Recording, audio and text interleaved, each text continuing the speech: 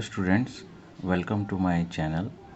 Today, as we have previously discussed in our last session about determinacy and indeterminate structures, in this session we'll discuss about the degree of indeterminacy, also called degree of redundancy. So let's get started. So our question is, what is degree of indeterminacy, or which is also known as degree of redundancy?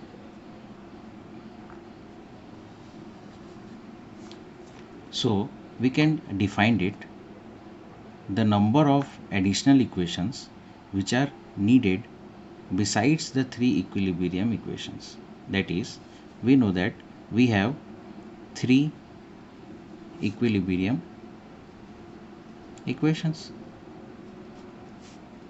or we can say that we have three equilibrium equations, and if these three equations are not able or unable to solve a structure, then it is known as indeterminacy.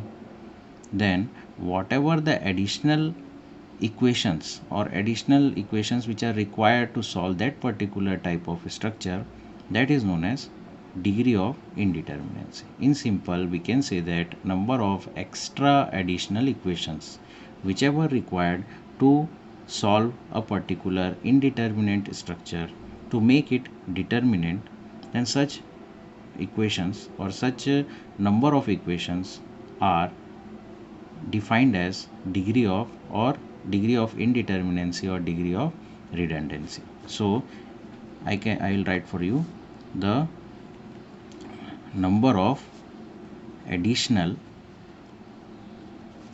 equations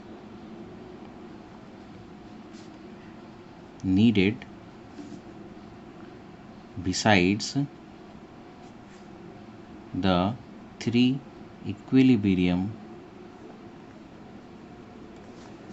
equations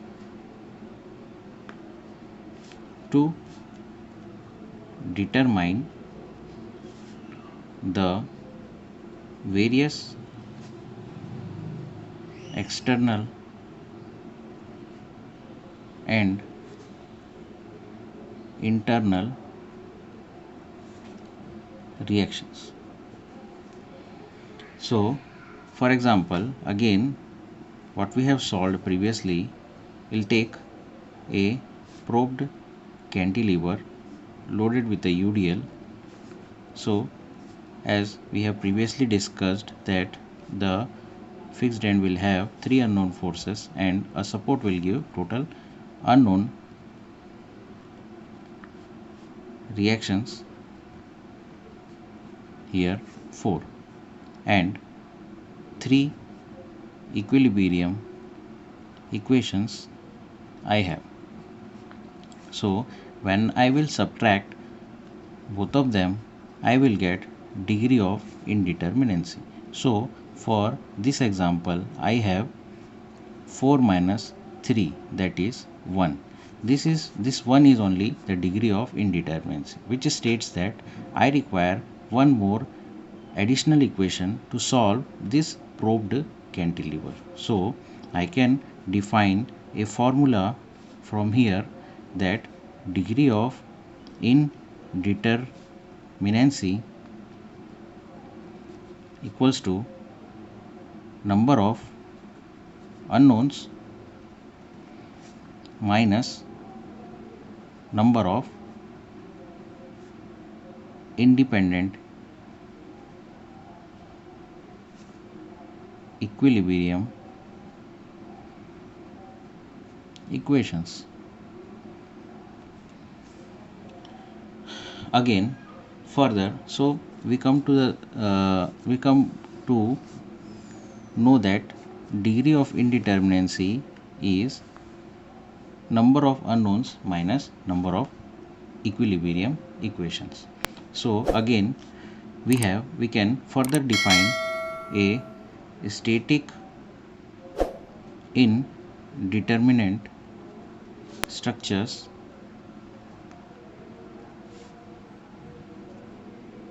into two categories. First is externally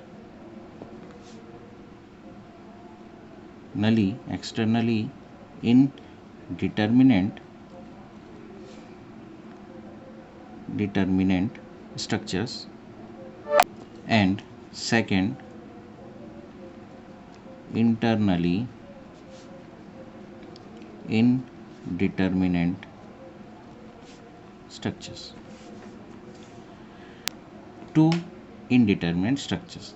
First is externally indeterminate structure, which I will define as EIS, and internally indeterminate structure as IIS.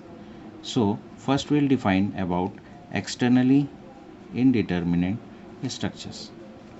These structures are those structures in which the external reactions or external forces which I will provide by the supports, or simply we can say that in an externally indeterminate structure there are redundant external reactions offered by the supports.